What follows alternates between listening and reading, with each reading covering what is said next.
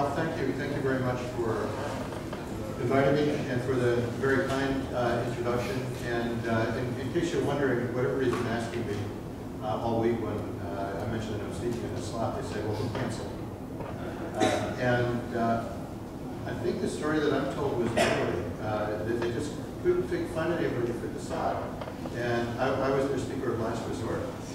In any case, it's a pleasure to be here today, and I do apologize for all the delays. All I can say is that it worked just fine in my office, but you know, that's the way these things are, and yes, I should have shown up 15 minutes ahead of time, and well, we still would have probably been where we are right now. So we have everything working except there's no audio. So you can come to my office and hear the audio if you wish, but we'll run with that. In any case, as the title implies, I want to talk about things that we do to retain good performance in difficult acoustical environments. And one of the measures of our success is that as we mature the technology, the definition of what's difficult changes. So what I started doing almost in 1985, what the paradigm was that you'd be in a pretty quiet room and you compare the performance wearing a microphone like this, except it would be clearer and more obtrusive and closer to my lips. And then you compare to another microphone that was literally on the table. The favorite one that we used was the Crown PZ6FS microphone, which was an omnidirectional desktop microphone. And believe me, the recognition accuracy would go all to hell when you would just go from there, regardless, without anything extrinsic. So in 1985, recognition in the quiet room using desktop microphone was, with decent performance, was what would stand for robust recognition. Nowadays, in 2014, speech recognition over a cell phone in a car with the windows down and the radio playing as you're cruising down the highway at highway speeds. That's a much more difficult problem for many different reasons. And the paths that we have to solving that problem are many and interesting. So what I'd like to do today is talk a little bit about the background and motivation for the current work, sources of environmental degradation. I'll talk about, we've been doing this work, my group, I'm proud to say, is well known for, you know, the work that we do. If you Google text-to-speech synthesis, you probably get Alan Black in the first hit. If you Google robust speech recognition, we come on, at least right after the ads. They come on first, but that would be us. And there's really too much to be able to summarize. What I'll do today is fairly selectively talking a little bit about some of the history, including traditional statistical parameter estimation and missing feature multiband approaches to robust recognition. And then from there I'll go on and talk about physiologically and perceptually motivated signal processing, which is work that's been of interest to me over the last several years. So, and I'll try to talk about what the hard problems are. So this is the slide I can't play. You have to visualize it. Speech and background music, the scenario is somebody typically, so for example, if you turn on the Spanish language news like Univision or something like that, you'll hear an announcer going by and there'll be a house music track in the background. And you're seeing this, you know, increasingly even in places like CNN, that you know, the broadcasters will try to generate excitement about the news feed by having kind of urgent music in the back. Speech and background speech is a problem, again, that we originally started looking at in the context of trying to decode news broadcasts like CNN or like FDR. And the most common place you'll see it is if you have a foreign language speaker, you'll hear first the foreign language speaker speaking in his or her foreign language, and then there'll be an English language interpreter coming up, but still the original speaker would be in the background. So you could pick up some of the prosody and get some idea of some of the paraphenomena associated with the speech. And then typically at the end, the original language would come. So you have to do with code switching and simultaneous speech. In complex acoustical environments, speech-on-speech interference is a major problem. And we really do pretty badly unless we take special measures to deal with it. Operational data, this is the data I really wanted to have. RATS data, RATS was I think it was, RATS is an acronym for Robust Automatic Transcription of Speech. It's a darker program, and it was a public program of data that's abstracted from the signals that the spy planes collect over parts of the world where people are hostile to us. And that's pretty much everywhere, but they have their own flight paths. And they generate a huge amount of data, and from that they try to extract a very small subset because it's that are likely to be of interest so the human analysts can go over. And the first time I heard the real speech in the closed room, I'm thinking, oh my God, I'll be happy to take their money, but there's no way that I expect we're going to make any headway in that problem. But in fact, over the course of the 3 years, the original years of the program, we've really done quite well. And again, I'm sorry you can't hear the speech, but it's hard to hear and hard to understand even when people are speaking English. Reverberated speech. Well, that's easy to imagine. You're listening to reverberated speech right now. And I would say this is probably a room with maybe 300 to 500 milliseconds of reverb time. Just a guess, but I think it's close. And if you are building an application like a household robot that you want to be able to talk to and work in your living room, it's going to be a much deader room. But still, even with only a few tens, we found that we were starting to get degradation at about 80 to 120 milliseconds of reverb time. So that's a tough problem. In fact, in many ways, for a long time, dealing with the effects of reverberation was more difficult for us than dealing with the effects of additive noise on all the stories. Vote-moded speech. The speech that you're used to on cell phones. This really amuses me. The phone company spent decades in the 20s and 30s trying to figure out how badly they could degrade the phone signal so they could send it over the wires more cheaply in a way that people would consider to be acceptable quality, and this is the mainline standard. And people like Harvey Fletcher, who are now long gone, would have no idea what kind of degraded signals that we are willing to accept. First, for the convenience of having a phone that we don't have to have wired to the wall. And second, for the opportunity to make telephone calls around the world for free. So between the average cell phone and Skype and other voice over IP services, phone quality is, the signal quality is much worse than it used to be. A good chunk of that is coding. And that coding does impact, especially at the more severe rates of radiation accuracy. Of course, the cut and bandwidth does too. So those are some of the things that are tough, and for which we try to drum up real business with real people willing to pay money for. So I used to, our classic original problem in the 90s was simply additive noise combined with linear filtering. In the late 90s, early 2000s, we moved on to more transitory degradation, so we'll talk a little bit about that as well. Reverberated speech I've already mentioned, and again, speech masked by other speech and other music is tough. Speech subjected to nonlinear degradation is also an interesting problem. My most recent Ph.D. student, Mark Arvilla, from many of you know, just offended on Monday, and that was his problem. I was hoping to be able to work some of that work in this talk, but it's not going to happen. It would have happened even if I didn't have control. There was too much stuff to talk about. And again, a huge question on the table right now, which I have absolutely no answer about, is all of a sudden the paradigm has shifted again. The emergence of deep neural networks with all sorts of training, I think it's changed the way we think about speech recognition, and as profoundly as anything has happened since the late 80s, early 90s, when HMMs supplanted dynamic time warping as the standard technology. And nevertheless, most of the great successes that we've observed have been in situations when speech is either trained in domain-specific fashion or trained in multi-style fashion, which spans a number of training things. If there are severe mismatches, it's not clear at all whether the neural nets will learn the differences in the features. So there is an important question on the table right now about to what extent can we get away with developing a deep neural network system based on standard, mel-frequency capsule coefficients and expect the very substantial powers of the learning algorithms to learn what's going on in terms of the information contained in the signal? Or to what extent is it helpful to do the kinds of things that we've been doing for the last 20 or 30 years to try to develop knowledge-based features that enable domain-specific solutions to certain kinds of problems. I'm hoping that the latter is true to at least some degree, otherwise I'm out of business. But again, I don't know the answer to that question yet. So we'll see. Fortunately, as Ralph pointed out, I'm old, so I can just walk away and you can find YouTube. But again, I'm optimistic that there's still some interesting problems with that. So I don't think I need to say too much about this.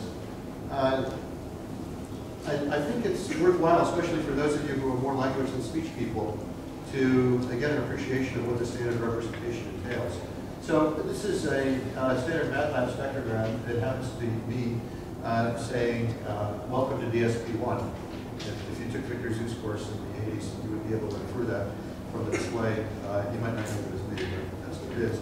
Now, if we were to analyze that using the baseline signal processing non-frequency catch-up coefficients that everybody uses, which basically gives you a smooth representation. So I should say, by the way, we probably don't need to.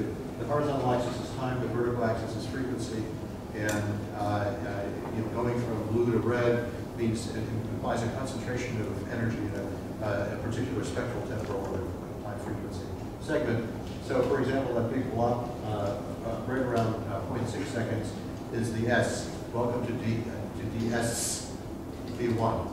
And you can kind of wend your way through all that. It's a little bit of blurriness is added, unfortunately, by the display.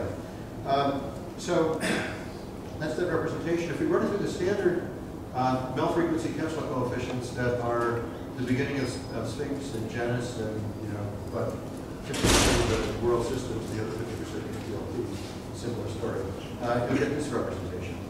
And it looks quite blurry. Probably a reasonable reaction would be, well, no wonder those things can't work. But yet that has enough information to actually go on. A lot of the things that we're thinking about are what can or should we do to make it cleaner that will retain the recognition conditions. So let's talk about some real problems now. The classic problems, if you went to an IEEE signal processing meeting, like the ICAS meetings, in the 1970s or 1980s, what everybody would be talking about would be two things. Taking care of additive noise and taking care of, just channel mismatch. You just run things through a linear filter and your training goes all to hell. With the additive, the solutions, the archetypal solutions for both of these things were papers, techniques that were first presented in the late 1970s. The classic technique for additive noise removal was something called spectral subtraction. And the first paper was by Stephen Ball that appeared in the conference in 78, in the proceedings and the transactions in 79. And basically the idea is you take your favorite voice activity detector, look at a segment of signal that you believe does not have speech, estimate the power spectrum, how much energy or how much power you have at every frequency band, and then simply take that and then analyze the signal coming in, which would be speech plus noise, go frame by frame, take little short time temporal frames, take the speech in every frame, subtract the magnitude of that corresponds to the noise, and then take the difference and add that back into the face of the original signal, and that gives you what you have. And the problem with that is that the estimate of the noise was assumed to be stationary. The signal itself, the speech, was going to change all the time. And the biggest problems were all related to the fact that you could get into a situation where you think that you're subtracting, which is the noise magnitude, is going to be greater than the thing you're subtracting from, which is the speech plus noise, because of various non-stationarities. Having negative power spectral density is mathematically impossible or incorrect. And there were dozens, if not hundreds, in fact closer to hundreds, if not thousands, of papers over the next decade or two that dealt with exactly what clues you want to put in to avoid this over-subtraction and the ensuing musical noise that comes from that. But basically, those algorithms all work. They all work a little better or a little worse in different cases, but they do a good job. The other technique for combating the effects of linear filtering was what was originally called homomorphic deconvolution. This was one of these fields where people like to use 4 or 5 syllable words, so it would be just fine. And basically the idea there is you're averaging the spectral density function, the average of the power of the frequency response of the speeches that comes out, compared to the speeches you're trained on, and you would sort of look at your filter that interpolates the difference. Again, the big words come from, you have to do this the right way in order to avoid artifacts and have things come out right, but that goes beyond what I want to try to entertain right now. So, by the time you get to the late 70s, early 80s, late 80s, that was the technique. Now the problem with that is that the noise adds in, it's an additive signal, so it'll add in the time domain, it'll add in the frequency domain. The effects of the filtering, that's something that we call convolutional, I hate to use the term convolutional distortion. It's technically incorrect, but you see it everywhere. But basically, the signal is convolved with the impulse response of the filter. That's the right way to say it. In any case, these are signals that are multiplied together in frequency, so they're added together in the log frequency because taking the log converts multiplication to addition. So you have to work in the log spectral magnitude domain or its inverse transform in order to separate things that have been filtered.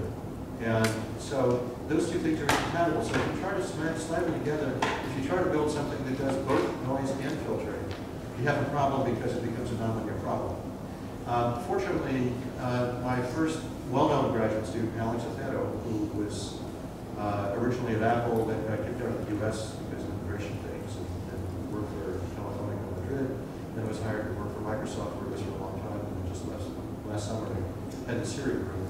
Alex and I worked on this totally trivial model of degradation, which you have clean speech going through nonlinear filtering, and then being subjected to additive noise.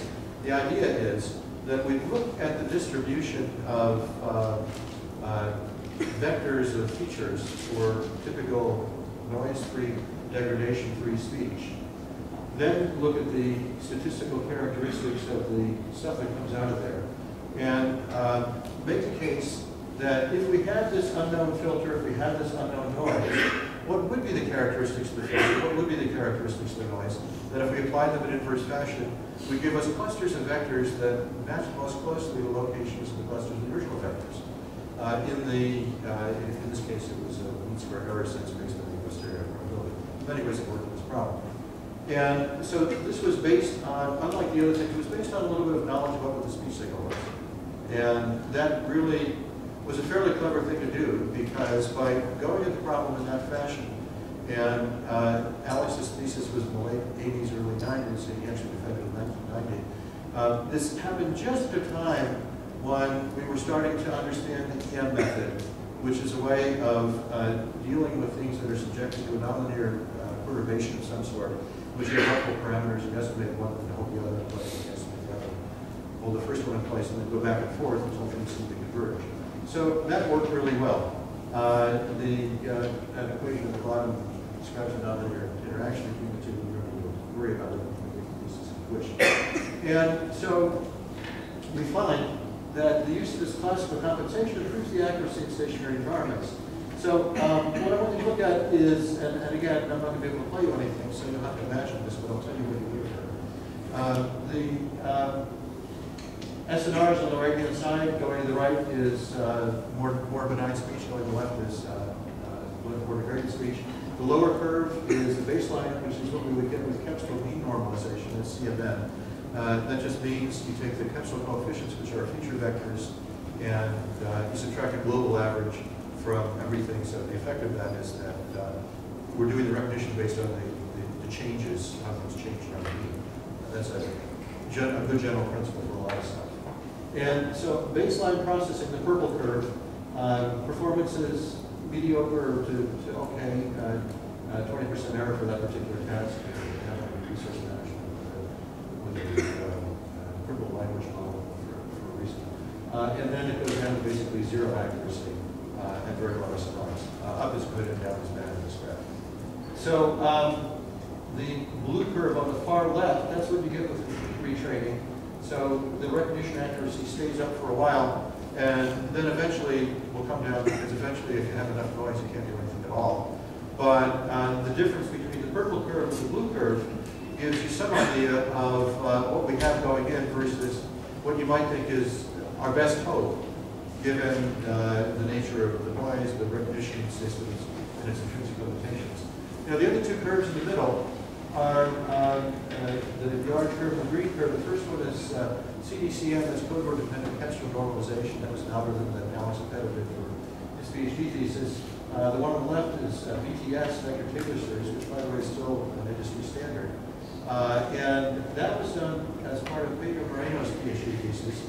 But Bikshar Raj, who, of course, many of you know by virtue of being one of my esteemed colleagues in the department, he was a major contributor to that work, but Pedro got the credit for it, as it was his thesis, but the papers are Moreno, Raj, Stern. In any case, the way I want you to think about that is, first of all, the way everybody else will write about dividend is they'll say, okay, if you look at 5 dB SNR, you're dealing with zero, no performance at all, but with the green curve, we're up to about 75 or 80%, so we get an X% improvement. That's a real bogus way to look at things. What I really want you to think about is if you look at these curves, look at how much the curves shift as you go from doing nothing to doing something like VTS. What we get is about 7 dB. And I'll keep quoting numbers like that throughout the afternoon. 7 dB, yeah, 7. It's not like a very big number. 7 dB it actually is pretty substantial given the way decibels are defined.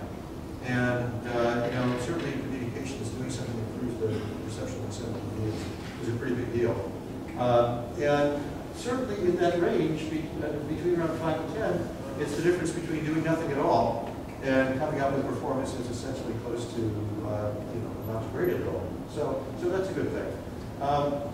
If you listen to this stuff, and what I had was audio recovered from textual coefficients that have been subjected to the cleaning up process, you would have found, interestingly enough, that it sounds pretty crappy, but it is noise-free. And the moral that I would have you derive things is that computers aren't completely like us. They listen to different stuff than we do. And or the other way I can say this is I can try to impress you by showing you snappy audio improvements, which of course I can't even do today, or showing better cleaned up displays. But really the only thing that matters is the word error rate. And quite commonly, those three things aren't that even well correlated. In any case, we get 7 dB improvement, and accuracy is still bad at the lowest SNRs. Now, that curve, you might have noticed, I don't know if I said, I can't go back on this camera.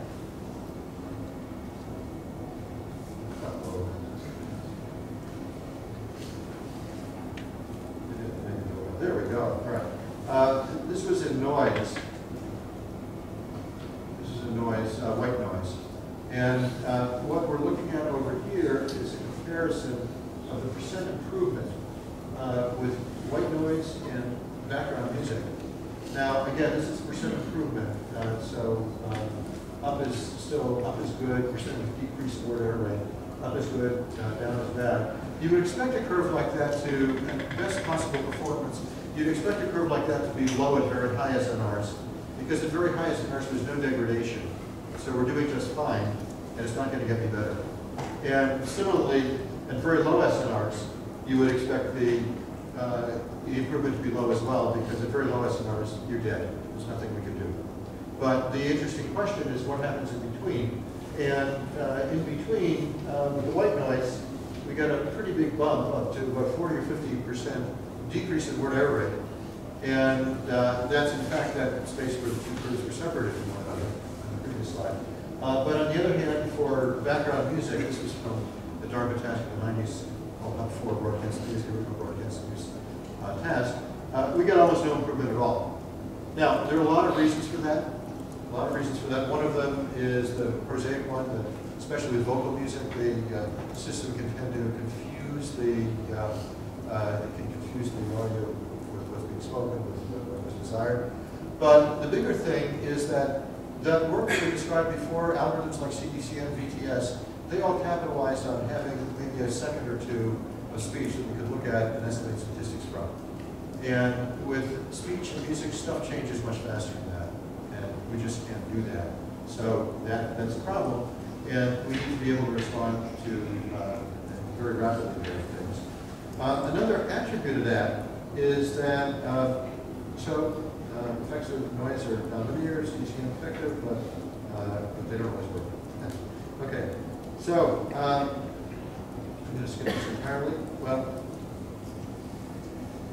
this is one that I really regret you can't hear, although many of you have already heard it because I demo this all the time. One of the many techniques that we do in dealing with transitory distortions is try to generally find in a display like a spectrogram, some of the pixels are okay, and some of them are not. And we try to figure out which ones are good and work with those and just kind of either ignore or try to fill in the ones that we know are great. What I was going to show here is I had five speech signals that were mixed together. One of them was Alan Black. You're number 4. Yeah.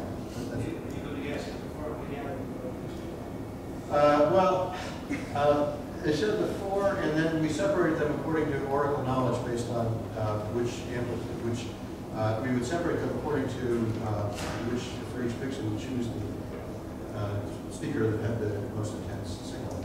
But the interesting thing there was not that you could do it, because of course you can't really do it. I used oracle knowledge to do the separation. But the fact that we could get a perfectly intelligible reconstruction with 5 people going at once. So on the average, each one was separated using only 20% of the stuff that was out there. I might add it starts getting worse after 5 speakers, but so you can't play that game forever. But there's so much redundancy in the speech code that 20%, if the percentage is randomly distributed, is really all you need. So if we could do that, we would do pretty well. So that was the topic that this kind of repeats what I just said. Using feature recognition, by the way, we didn't invent it. This is first done many other places, most of the University of Sheffield. Phil Green's group and, let's see, Martin Cook wrote a classical piece of work on that. This is now in the Basque region in Spain. This is when this is his thesis. I think it was the thesis of the year in all the UK. Big article. Anyway, the idea was to take a look at a degraded spectrogram, try to figure out where the good stuff was, and just work from that. So, our major work began with Big Raj's own Ph.D. thesis. Big finished in the spring of 2000. And we worked on a different approach from what Sheffield was doing. We worked on modifying the feature vectors, whereas the Sheffield people were focused on adjusting the models. It turns out modifying the feature vectors is much simpler. I'm not saying everybody does it, but I think we get a lot of that. Anyway, so here's that same spectrogram again, welcome to ESP1. This is what it looks like corrupted by noise at 15 dB SNR. And so if I flip back and forth with this, you can see that if you imagine this as a topographical map, the mountains are still in place. And basically what happens when the noise is it fills the valley. So if we could somehow magically just identify those pixels in the spectrogram that were not changed by adding the noise, and of course I can do that because I'm God and I have the noise myself and can measure what the difference was. We can then attempt to recognize just based on those various pixels that are not counted, that are not called our clue.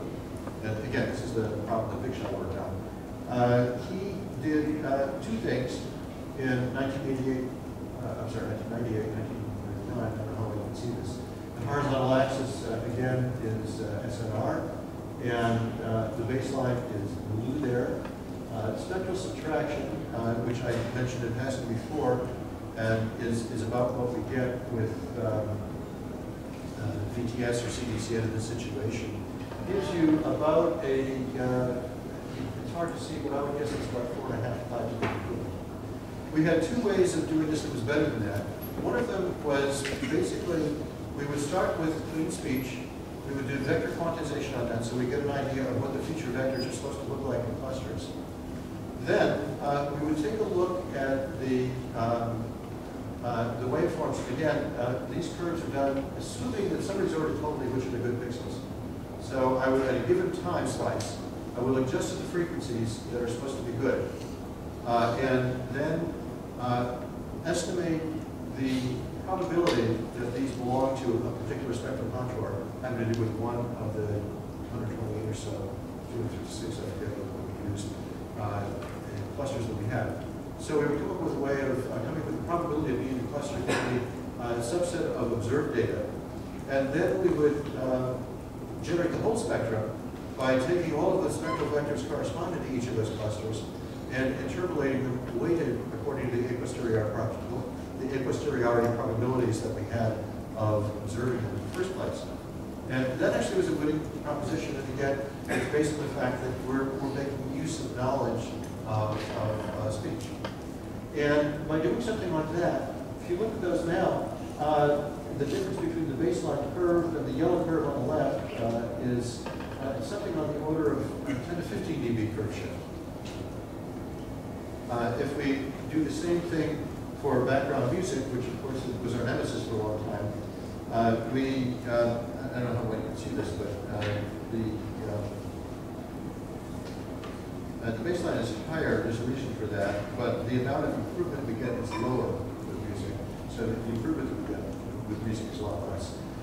But this is still fairly substantial. Nevertheless, once again, that this is all predicated on the fact that I'm doing these calculations under the hypothesis that I have perfect knowledge of where the good things are and where the pixels are. Now, usually, unfortunately, when we're in a situation where I can come to you and say, God, if I could do X, then I can do Y really, really well. Usually X is hard. And indeed, X is hard. X in this case being blindly looking at a spectrogram without knowing anything about the noise, without knowing anything about the signal and its constraints, trying to figure out where the good pixels were. This was a problem that was worked on another one of my students, Mike Seltzer, as part of his master's thesis.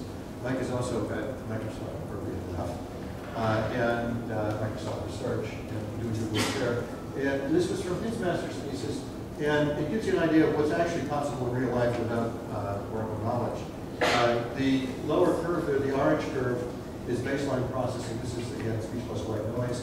The yellow curve is the energy-based noise. So we get a pretty good improvement. The green curve is what Mike was able to get just using an honest estimator based on a lot of ad hoc feature extraction routines. And the red curve is what we get with perfect knowledge. So with white noise, we could do pretty well. We get about 2/3 to the whole way to where we were with where we were able to do if we had perfect knowledge. So the blind estimation is doing pretty well. On the other hand, with background music, we're not doing quite as well. In this case, once again, the baseline curve is the orange curve. Using the energy-based mask like we would do perhaps with spectral subtraction or CDCN or BTS, we're going to do even worse than baseline. Unfortunately, happens in the laboratory. And then the Bayesian mask still give us a pretty, it's better. We moved the curve by about 4 dB or so, which isn't bad. But I mean, people will be happy to write about that. This was your PhD thesis. We've been around for a while and want to get out and do something else. It would be okay. But we still have a ways to go. So if anybody, by the way, is interested in working on this problem, we certainly, there's a lot more room for improvement. You get your fair share of work. Yes? Can I ask what type of music you guys use for the background music? We typically use, it's a good question because it really is going to depend. We were lazy. We've been using a signal loop that was over and over again, and they were music segments from a show called, it's that money show. Yes. Market,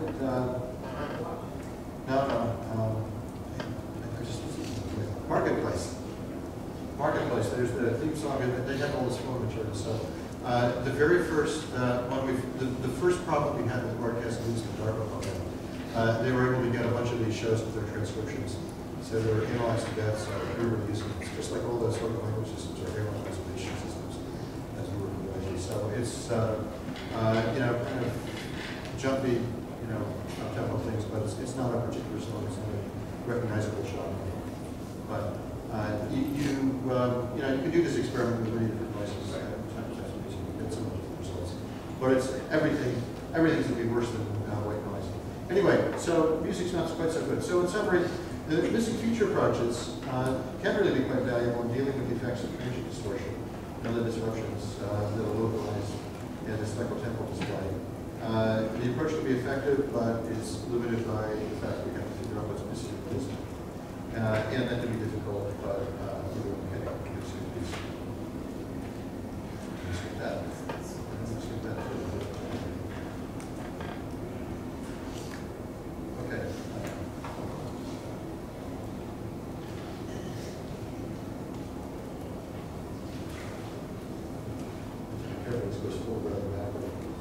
I'm aware of the fact that there are only 5 minutes left of the original hour that I had. And if anybody wants to, or needs to, certainly understand that, leave, please feel free to do so without affecting the room where you are. I will probably continue to talk for about 10 or 15 minutes, just to make up for the 10 or 15 minutes of us. You'll still have time to go down and eat these before you go away.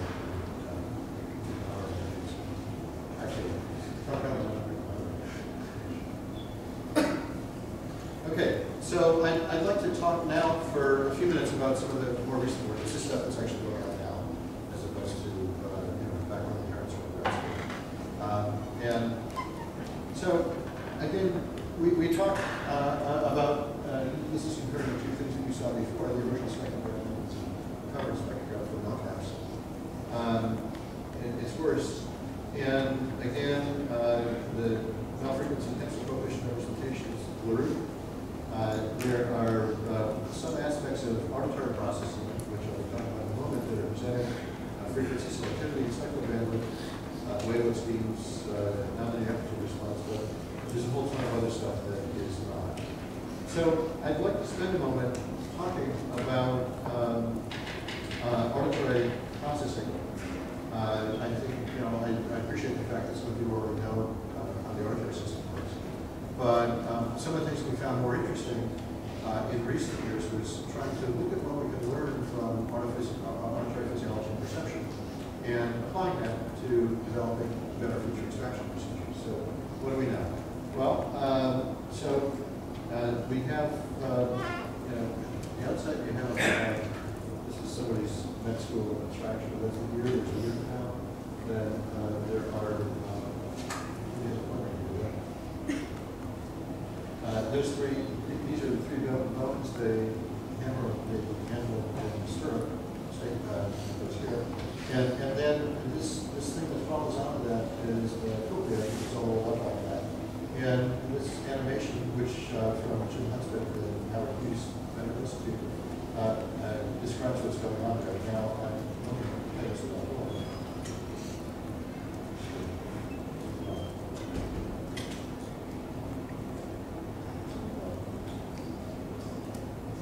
This is either kill the show or see that.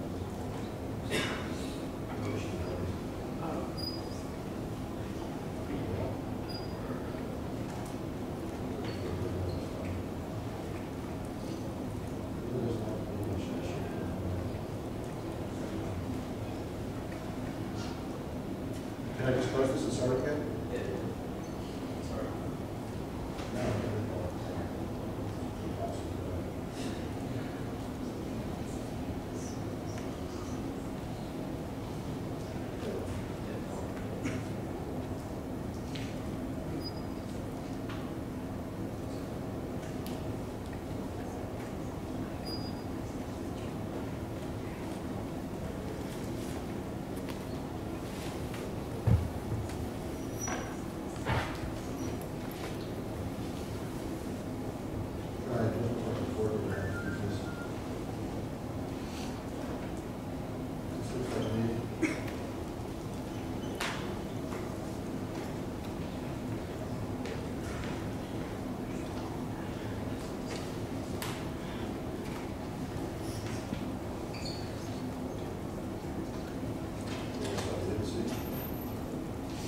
Okay, we're going to go right on.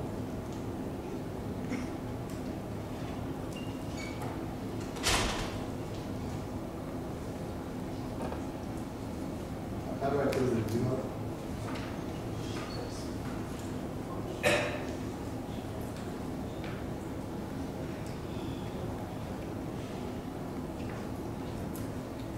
Okay.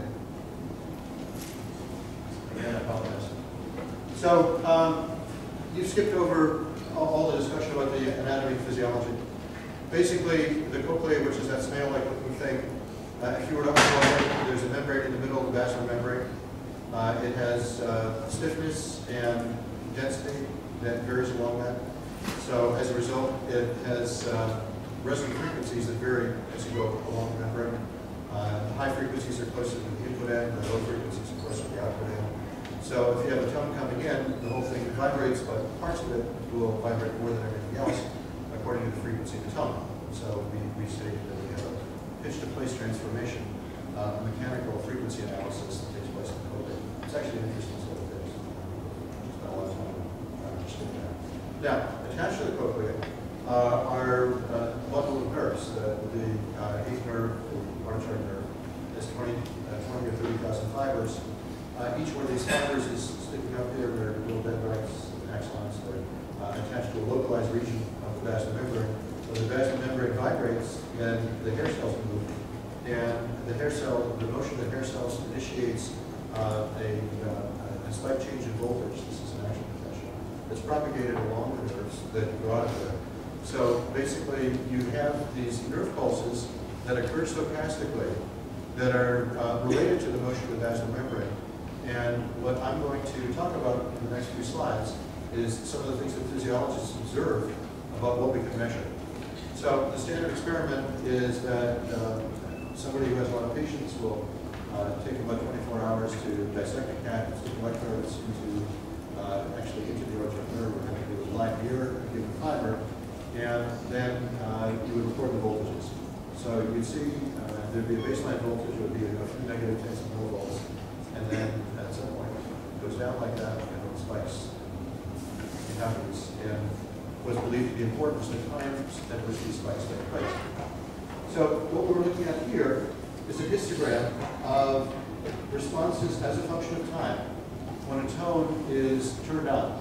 And what I want to point out is you can see that the bar below there is the tone burst. And we're looking at the relative number of spikes per unit of time. This is average over many presentations of the tone. And what you can see is the tone comes on, there's this big overshoot, and then there's a lot of stuff right at the beginning, in other words. And then it kind of sits there for a while. And then when the tone turns off, it goes down below the baseline and then slowly comes back up. So what we see is effectively an enhancement of temporal contrast. When you're listening to things, you're really sensitive to what happens to change. So it's a change in something that will grab your attention. If it's on for a while, you'll begin to kind of lose fixation. Next thing. This is one that you're probably already familiar with and have already defined what's going on. We're looking, each of those curves represents a different nerve fiber. And what the experiment was is that the experimenter is hitting the nerve fiber with tones of different frequencies and intensities. And at each frequency, you're looking for the intensity that drives the average rate of firing about 10 to 15%, a particular threshold above the spontaneous rate of that particular fiber. Now, that gives you a sense of the extent to which each fiber is responsive to sounds and to frequency. And the news is that each individual fiber, unsurprisingly, because of what I've told you already, that the membrane does frequency analysis and the connections of frequencies are local. So each fiber is only sensitive to a very relatively narrow range of frequencies coming in. So they're like little bandpass filters. And if you look at them, you can see that the width of those filters, if you want to think of them that way, is not a little bit more. There's just a lot of non-linearity stuff going on. They look like they're roughly equal in width at the high frequencies. However, it's a log axis, so what that really means is that the bandwidth is growing in proportion to the frequency. You have something that the engineers call a constant frequency. At low frequencies, they seem to get wider than what actually sound is they're roughly about the same. So, this shows the response of auditory nerve fibers as a function of stimulus level. It's not a super interesting picture. temperature that starts low, it goes linearly for a while with the intensity dB, and then saturates out. Each individual nerve fiber, interestingly enough, only has an active dynamic range of the order of 30 dB or so. Also, the low frequency fibers, not only does the number of spikes per second go up, at least for a little while, but also if you have frequencies up to about 1500 hertz, the fibers are, the times at which you actually observe the spikes are synchronized with the actual phase coming in. So you keep track of the phase. This is important for binaural localization, for example.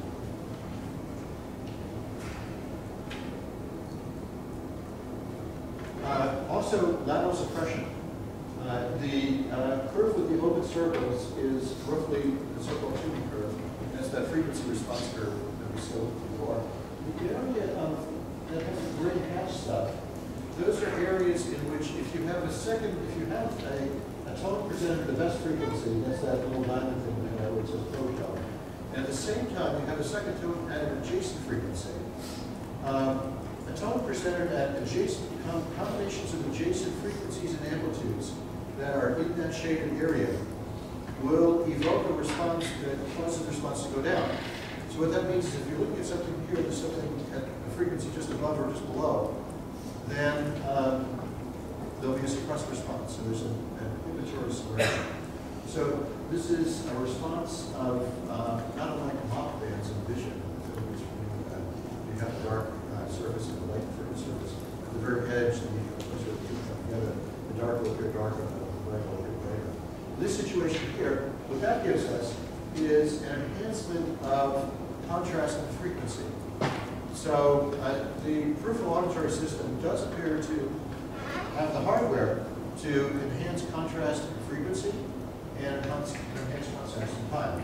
Now, of course, the conventional feature extraction, like MFCCs or PLPs, doesn't do any of that. It's not clear whether this helps or not, but we try to address the question about trying to do something like that. Let's see if it does help.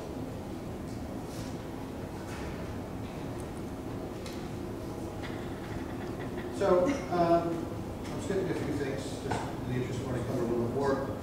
Major non-oral physiological attributes that are observed, frequency analysis in parallel channels, preservation of temporal fine structure, linear dynamic range, enhancement of temporal contrast, and enhancement of spectral contrast. These are all things that we don't have, and we perceive them as we do. They have psychophysical correlates, but they're not well preserved as station. So, what we're doing here is, this is a model of the auditory periphery. It's by a friend of mine. Her name is Laurel Carney. She was at BU and then Syracuse, now at the University of Rochester. And nobody ever accused physiologists of oversimplifying things. And this is a rather complicated model that runs really slowly, but is a pretty good representation of how the peripheral auditory system does things at the level of the auditory nerve, responds to a pretty wide range of signals. Nothing is perfect, but this is a useful model. It's especially useful because they make it really available to see experiments with it. And one of the things that we've tried to do is we've tried to ask the question, if we had a bunch of, if you're working from, instead of male frequency potential coefficients, a real front end physiology, how well would we do? Well, a paper back with Chung Kim and Buster Chu back in 2006, which was right here in Pittsburgh, in which we tried to construct a periphery based on that kind of thing. And what we see here is that the upper curve there is a spectrogram, the middle curve is male frequency representations, and the lower curve is what the auditory front end will give you. The auditory front end does a pretty good job of preserving information very nicely over a range of frequencies at really low SNRs to give that anyhow. And again, if we look at the kind of performance that we see, male frequency capsule coefficient and additive white noise for a couple of different tests gives us, again, another 7 dB improvement. This is completely independent of the same size. That's what we saw with VTS. And the gradient red curve are two different implementations, so we can see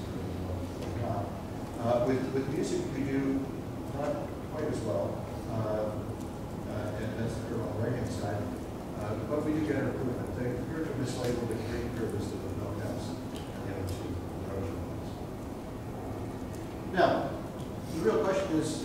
the auditory models really need to be quite that complex. Well, on the left-hand side, we have the model of General, which I mentioned before. On the right-hand side, we have a real simple model. You have a bank of linear filters, bandpass filters, a bunch of half-wave rectifiers, and then a low-pass filter after that. This is a trivial front end. In fact, that's less work than just well, I shouldn't say that. Close to about the same as non-caps, actually less. So very, very simple. And what we find is that doing something even as basic and as simple as that gives us a pretty good improvement over low frequency capsule coefficients. This goes from the blue curves to the red curves to the green curves. But using the whole complex auditory model does even better. So it's a kind of a question: is it glass half empty or is it half full? We can get most of the way to the auditory response by doing some very simple things that are inspired by audition. But if we go to the trouble of trying to figure out the rest of it, and especially trying to figure out a simple way of getting the rest of it, we can do it better. So we can try to figure out the rest of it. I'm only going to say a little bit. Aspects of the auditory processing that we found have been important and apply the features, and I'll show you some others in a second, include the shape of the peripheral features, the shape of that auditory nonlinearity, the use of medium time analysis for noise and reverberation compensation. That means that we look over typical speech analysis rates about 20 milliseconds. But if we look over about 100 milliseconds to try to estimate what the environment is doing, and then make a compensation based on that 100 milliseconds, and then apply it to a 20 millisecond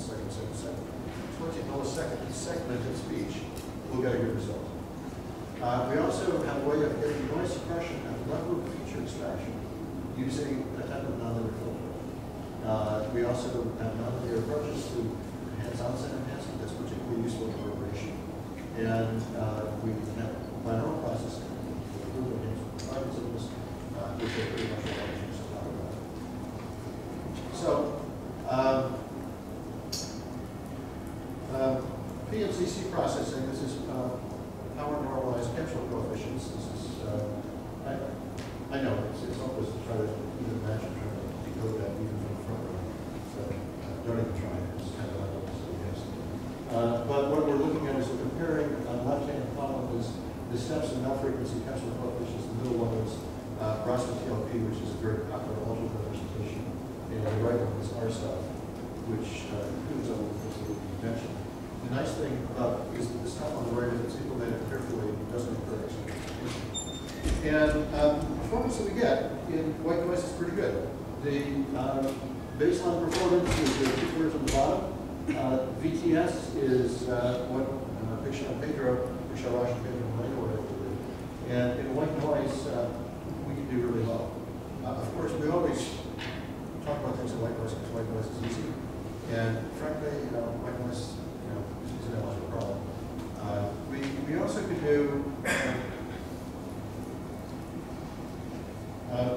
do a similar thing with white noise. With background music, we still get improvements over everything else. This is again about a 3 or 4 dB improvement. Still useful, but certainly a lot less. Music is kind of the worst case. Everything else is sort of in between. And also, interestingly enough, we get better performance reverberation in blue curve. We can do better reverb than the baseline processing. Typically, what gives us what we get for noise is the noise compensation and some prosaic things like the shape of filters. What matters in reverberation is the onset enhancement of what comes in. So these are all built into the other cases. Again, this discusses the contributions and things for white noise. We can see that the baseline filter and medium duration processing is important for noise suppression and really helps. The temporal masking, this is the onset enhancement. That doesn't really make much of a difference at all. On the other hand, for reverberation, the big bump in the curve is when you add the temporal processing. That is the onset enhancement. So, I think what I should do is stop here and summarize and take a couple of questions. What I'm hoping that you'll come away with from this, I'm just going to tell you. But I wanted you to think of the second half of the discussion was that auditory processing is interesting. There are a lot of things in the auditory system that could be potentially useful. Too much. We've tried to identify a few things that we believe actually are useful and try to implement that in feature extraction. That seems to be a successful strategy. We observe improvements beyond what conventional things get at a fraction of the cost, like they say on late night TV, compared to other algorithms like TTS or even circle subtraction. It's far from perfect, so thankfully we're not out of business here, there's still work to be done. The extent to which this holds up in terms of neural net kinds of classifiers, I don't know the answer to that question yet, but we're looking to answer it. And we are also getting a much better understanding of what we need to do in terms of any kind of signal processing. It doesn't have to be auditory-based signal processing. To help us do things like improve the basic signals of degradation. I didn't spend a lot of time talking about other important problems with deliberation that are only commented on in passing. Complex auditory SIM analysis are fascinating. Combination of knowledge-based separation and listening feature reconstruction is very useful in that regard. Finally, the landscape also changes. We have new distortion. We have techniques for dealing with that, and also much lower signal transmission. So there are a whole universe of interesting problems. I'm hopeful that some of these can work on some of these problems, especially beginning your studies here. And I'm optimistic that the future is going to remain interesting as well. So let me first thank you for your attention. You've been very good, especially since we started so late, a little bit late. And I'd be very happy to take any questions that you're standing right here. For everybody. So thank you very much.